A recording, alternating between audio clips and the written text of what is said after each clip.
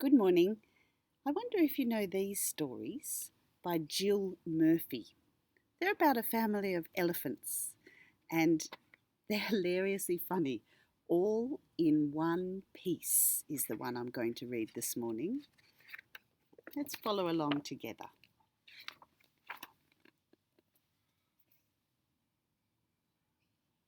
Mr. Large was getting ready for work. "Don't forget the office dinner dance tonight, dear," he said. "Of course I won't," said Mrs. Large.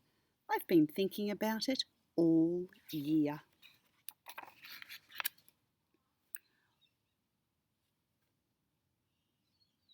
"Are children allowed at the dinner dance?" asked Lester. "No," said Mrs. Large. "It'll be too late for little ones." "What about the baby?" asked Luke. "Granny is coming to take care of everyone," said Mrs. Large, "so there's no need to worry." Granny arrived at tea time. The children were already bathed and in their night clothes. Granny gave them some painting to do while she tidied up, and Mr. and Mrs. Large went upstairs to get ready. Luke sneaked into the bathroom while Mr. Large was shaving.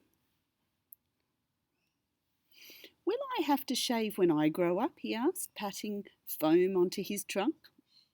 "Go away," said Mr. Large. "I don't want you ruining my best trousers." The baby crept into the bedroom where Mrs. Large was putting on her makeup.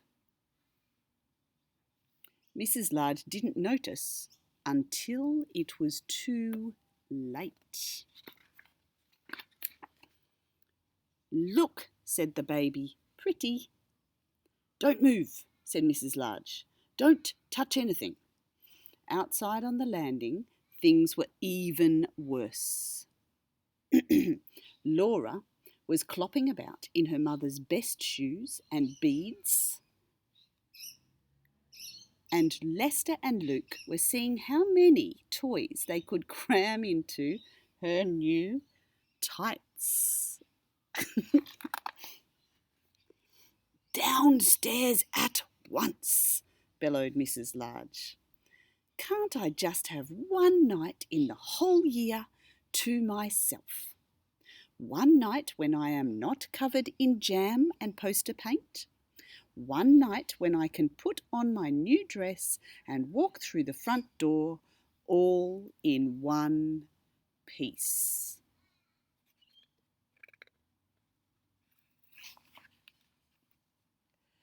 The children went downstairs to Granny.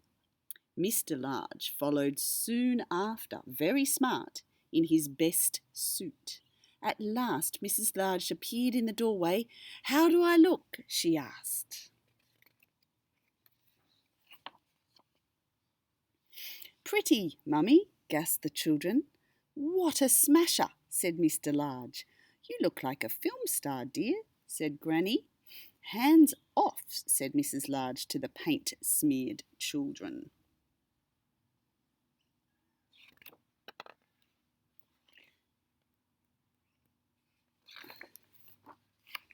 Mr. and Mrs. Large got ready to leave. "Goodbye, everyone," they said.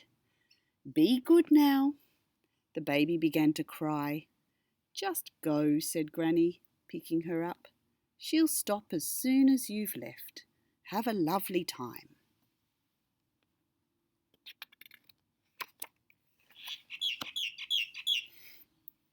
"We've escaped," said Mr. Large with a smile, closing the front door behind them.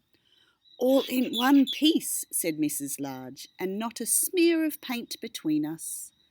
"Actually," said Mr. Large gallantly, "you'd look wonderful to me even if you were covered in paint."